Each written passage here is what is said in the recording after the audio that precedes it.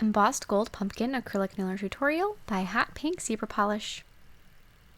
Hi everyone, in today's video I'm going to be doing a sort of Halloween, but it wouldn't necessarily have to be if you're in the United States. It could also be for Thanksgiving, or it could just be under like the fall nail design category. It's going to be a embossed pumpkin that is gold. It's got some gold chrome powder on it, and then you kind of make a little sticker, 3D sticker that you wrap around the nail. It's very easy to do. It's so elegant looking, and it does have a little bit of a 3D texture from the gel paint that gets kind of puffy a little bit. So it's easy, it's cool, it's fun, yeah. And this would be something that if you are working in a salon, you can make these little pumpkins in advance, and then when your clients come in, you can just put them on, which can save time, especially if you're waiting for a client to come in. That would be a good thing to do. Nice and easy. So I hope you like it, and don't forget to click subscribe to my future videos as well. So to begin with, I'm going to create a subtle ombre in the backgrounds, but the first thing I'm going to do is add a brown overlay. So this is just going to be the background. You don't want the background to be too busy, especially with the pumpkin on top, and you want it to be a slightly darker color, that way that your pumpkin really shows up, but brown or like a wine color would be really, really pretty in the background too. Even like a dark plum or purple color would look really good behind the gold pumpkin. Any of those, and I'm sure there are many other colors that I'm just not thinking of too, but keep that nice and thin. And now I'm going to add a slight glitter fade, so I'm using sort of like an orange and gold glitter mix that I am calling pumpkin spice, just because everything is pumpkin spice lately, that I guess I have it on the brain.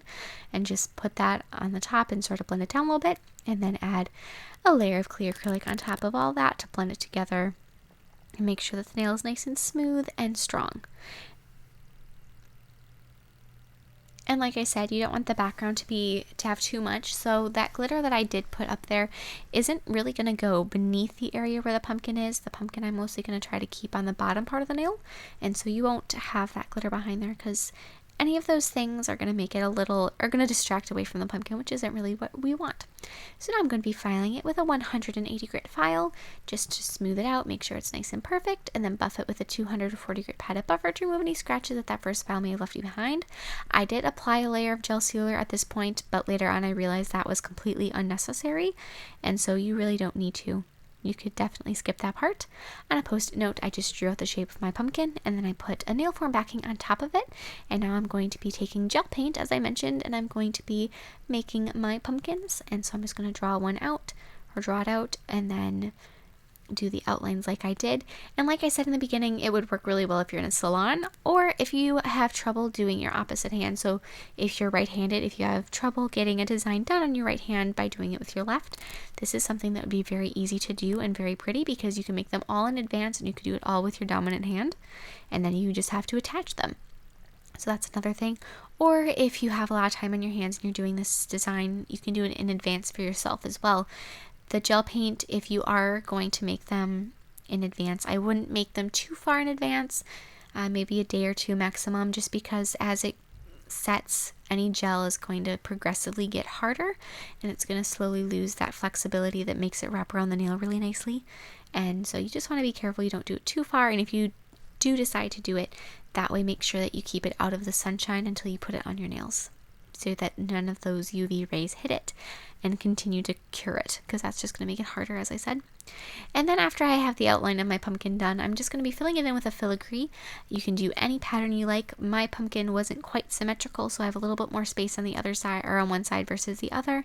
I just made it work. No one's going to really notice or look that closely, and one side is going to be wrapped around the side, so you can't really see the two sides together once it's on the nail anyway. After you have that first layer done, throw that in your lamp and cure it, and then do a second coat. And it's so hard to kind of do a second coat because you can't tell where you've put the gel paint as a second coat. So you just have to kind of have a process and start at one end and work to the other, and make sure that you cover everything. If you do miss a section, that's okay. The main reason that you're doing this is so that you have more durability and a little more strength to it, because if you just did the one coat, it's so thin that when you go to pick it up, it would probably break. But once you have the second coat on there, you're pretty safe, and it's going to stay in place. After you cure that for the second time, I'm going to be burnishing in some gold mirror powder. And then I'm going to take a tweezers, and I'm just going to gently pick it up off of the nail form backing. So just find a spot to work it underneath, and then slowly pick it up. You don't want to just try to peel it off in one quick motion, because all that little filigree is quite delicate.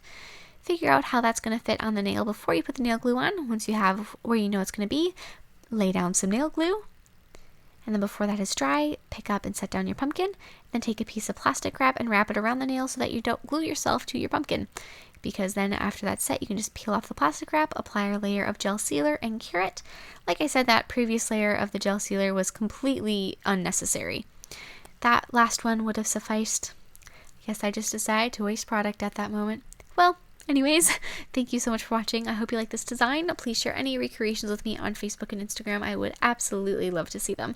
And I will see you in my next video. Bye!